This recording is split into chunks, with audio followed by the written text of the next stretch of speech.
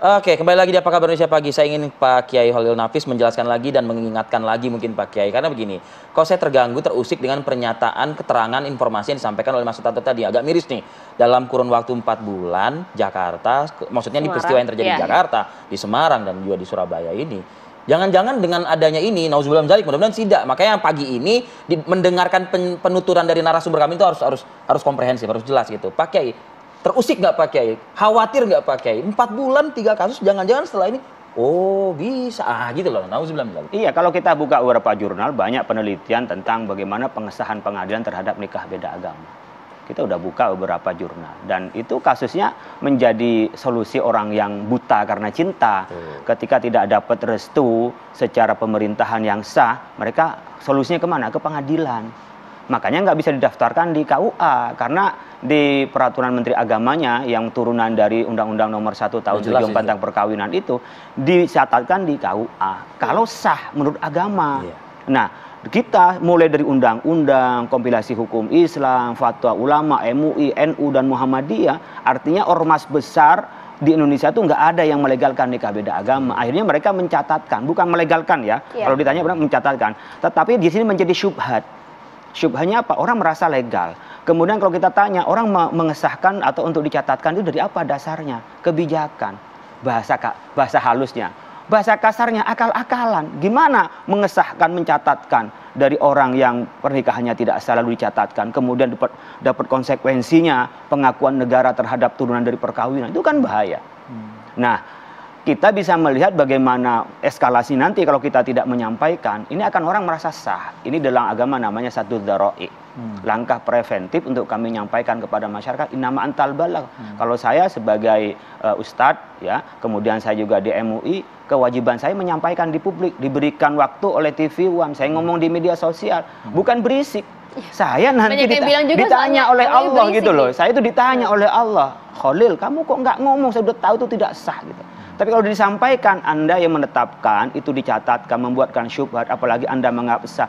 Selama dia kumpul tidur dengan istrinya, Anda berdosa selamanya. Anda menanggung dosa zinanya itu. Apalagi nih Pak Khalil, kita minim banget informasi terkait dengan persidangan dalam pengesahan pencatatan tersebut. Jangan-jangan yang memimpin pun juga agamanya Islam, jangan-jangan gitu. Ya, kita nggak tahu soal agama, tapi di Islam tidak memperbolehkan sama sekali. Dalam wilayah publik, boleh saja kita ini mencurigai, ya, demi kemaslahatan, bukan individunya, tapi sebuah kebijakan. Kira-kira landasannya apa? Saya kemarin ketika ditelepon senang sekali, katanya bisa langsung bicara dengan pihak pengadilan. Saya kepengen tanya betul landasannya itu apa, dasarnya apa. Barangkali, ini ya bahasa tawadhunya, saya tidak tahu. Kalau memang itu secara hukum benar, kami akan ikut.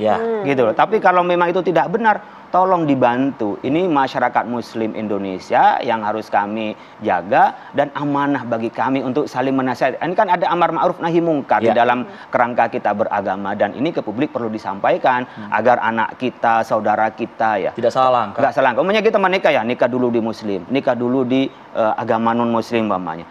Ya gimana pun kalau di Muslim tidak sah. Ya, karena kan soal di sini bukan urusan kita. Ini nggak tahu model nikah begini nih, model nikah di mana gitu. Karena kita beragama kan, tuntunan mengikuti agama. Karena kan kita yang sepengetahuan kita semua, kalau menurut agama Islam misalnya, secara sah itu dicatatkan di KUA. Tapi kemudian mengapa ibaratnya seperti ada jalan lain begitu, dilegalkan pencatatannya melalui PN? Ya itulah sebenarnya lompat di dalam Undang-Undang Administrasi Kependudukan itu nomor 24 tahun 2013. Bagaimana di Undang-Undang Perkawinan sudah dijelaskan sahnya menurut agama dan kepercayaan, tapi kok bisa dicatatkan tanpa melalui agama dan kepercayaan. Maka dia nggak bisa dicatatkan di KUA. Dia hanya dicatatkan di administrasi kependudukan. Kependudukan dasarnya apa? Kalau bicara hak asasi manusia, coba Undang-Undang Nomor 39 tahun 2019 itu, bahwa perkawinan itu tidak boleh dipaksa. Tapi sahnya perkawinan berdasarkan undang-undang. Undang-undang kemana merujak? Nomor 1 tahun 74. Itu tadi. Mas Tanto, sejauh ini update dari gugatan seperti apa, Mas? Ini golnya golnya harapan, Mas Tanto. Terima kasih. Kalau masalah harapan, dari pertama kita sama penggugat sudah saya sampaikan, optimis untuk kalah, Pak. Optimis untuk kalah. Kenapa begitu? Mengapa optimis kalah?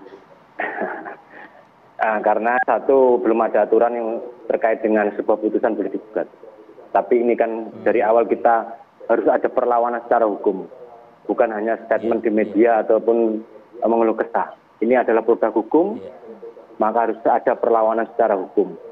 Maka teman-teman kemarin diskusi, apapun yang terjadi, ini bagian dari perlawanan, kontribusi kita terhadap hukum negara yaitu Undang-Undang Perkawinan, dan kontribusi terhadap hukum agama yang harus kita luruskan. Tanggung jawab kepada Termasuk, mohon maaf, Tuhan, pada Allah juga ya. bukan itu aja ya Pak Arismon, Pak Kiai. Nanti MUI pun termasuk persekutuan gereja, termasuk ulama besar di Sarang, termasuk ulama kiai-kiai saya sendiri, Gus Bah. Saya tarik sebagai pihak. Tujuannya jelas, Pak. Ayo kita duduk di pengadilan ini, kita diskusi secara hukum. Ini ruangnya, bukan di media. Biar masyarakat tahu semua, bisa di-download nantinya oleh anak turun kita. Walaupun kalah secara otomatis saya, tidak apa-apa. Karena siap kita gugat untuk kalah memang dari awal. Itu Mas Ari dan Mbak Ria.